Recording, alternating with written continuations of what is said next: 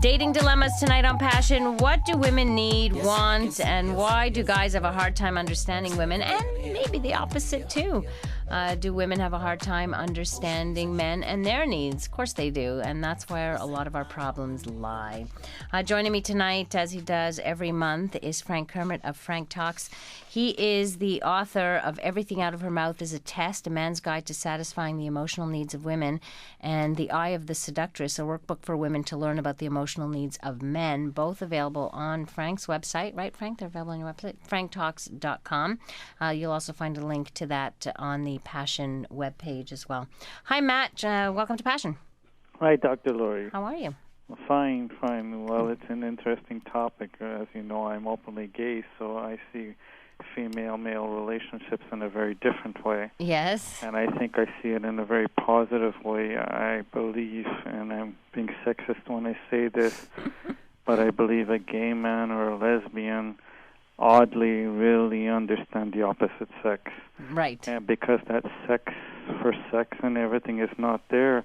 But what I had to call because what I don't understand, I'm an educator myself, and I did APSS. I thrive on conflict resolution, but I'm frustrated with two women that are very close to me, one being my mother, and that's been going on for years, mother-son thing. Right. But I don't understand. My view is women just don't want to settle that argument. It always becomes a winner-loser kind of thing, and they carry on and on and on. Like you said, they follow you around. I go to my bedroom or I go to the shopping center. I need time now, please. Could you give me a chance? Why do you need to breathe? What's going on? I said, well, I have to breathe. I have to think this out. I have to process. Right. And by the time I finish, I carry it for 4, 5, 6 hours after.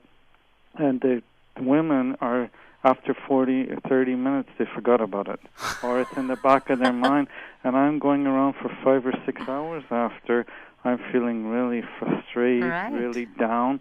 And I'm wondering, how can I combat that feeling? And why is it that women necessarily need to really take it to the end of the end? Okay, that's an excellent question. Frank, you studied men and women relationships. Tell me about this. All right. Well, first of all, Matt, I'm really glad you called because a lot of where I want to go in the future of my research is in the area of gay, lesbian, and transgendered populations and their emotional needs. So this is a really, really interesting topic for me. In terms of why the women in your life are doing that. Emotional need number 2 of women is for them to experience an emotional range. What we would call as guys, we would say, oh, that's just drama. All right? Why do women respond to lots of drama in their lives? Now, let's be fair. Not all women are like this. Right. Okay? There are some women who are just like men in this fashion where they really hate the drama. Those women generally don't get along with other women. But when you're dealing with a woman who really gets off on the drama, it's because that is the way she feels alive. Isn't it tiring after a while, though? Isn't it? Ask the guys. Oh, yeah. Most guys are going to say it's tiring, but I got to tell you, there are some men who also respond to drama. The difference between men and women is our ability to process emotions. Now, this is something I've done through my research and while I was dating and different things that I've read. A guy will have an emotion. He may have an emotion about that emotion, and he may finally have an emotion about that emotion, but it stops. It doesn't go any deeper. We need the time to process all this. Whereas a woman will have an emotion about an emotion about an emotion about an emotion about an emotion, and it could go on for 3 or 4 levels, maybe more. She doesn't short circuit the way a guy would. Because the more different emotions that are going on inside her, the more she feels alive in the moment. Any emotional need, even if it's a healthy emotional need, when taken to an extreme, can become dysfunctional. Thanks, Doctor, and good luck with your studies in the gay world, because I think I believe, and just the type of person that I am, I believe the dynamics are very... Yeah. Matt, you know what? You should contact Frank. I think he could learn a little bit from you because you've been in the social work field and you've worked in this area. You should actually get in touch. We should connect you guys. Fantastic. All right, Matt, thanks for calling. Okay, bye-bye. Bye.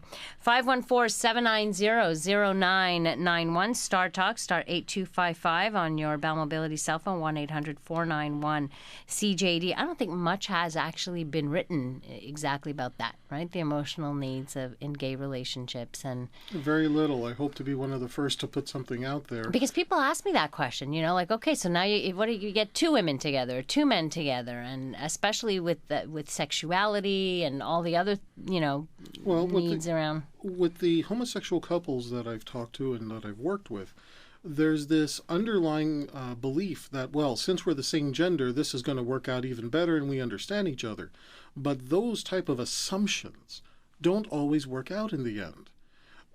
For example, two women who are in a lesbian relationship will each take a sexual aggressiveness that they themselves would like, figuring that all women would respond to this type of sexual aggressiveness. Mm-hmm. When you might have a woman who needs a very, very gentle touch, and you might have a woman who wants much more aggression in the bedroom. But neither one is going to tell the other, well, I really like it a different way, because they don't want to hurt each other's feelings. So they may not be able to connect that way. So what we're looking at here, when you're looking at emotional needs, look for emotional needs that are compatible. And that is key in any relationship, whether it's a heterosexual relationship or a gay relationship or anything within the pansexual range.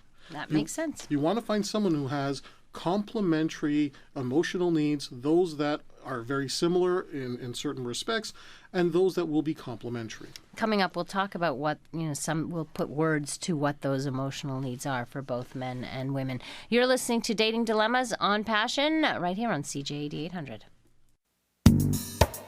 Frank Talks is sponsored in part by The Eye of the Seductress, Volume 1, a workbook for women to learn about the emotional needs of men. This book is designed to teach women how to seduce men into making a commitment. By learning about the emotional needs of men, a woman will learn what makes even the most notorious players, pimps, and high-value men and quality male leaders commit to one particular woman. From the desk of Frank B. Kermit, the seduction relationship expert, this book is also a great resource for men to learn how to judge the value of a woman, to know if she is worthy of everything he has to offer. The Eye of the Seductress. Buy this book now at franktalks.com.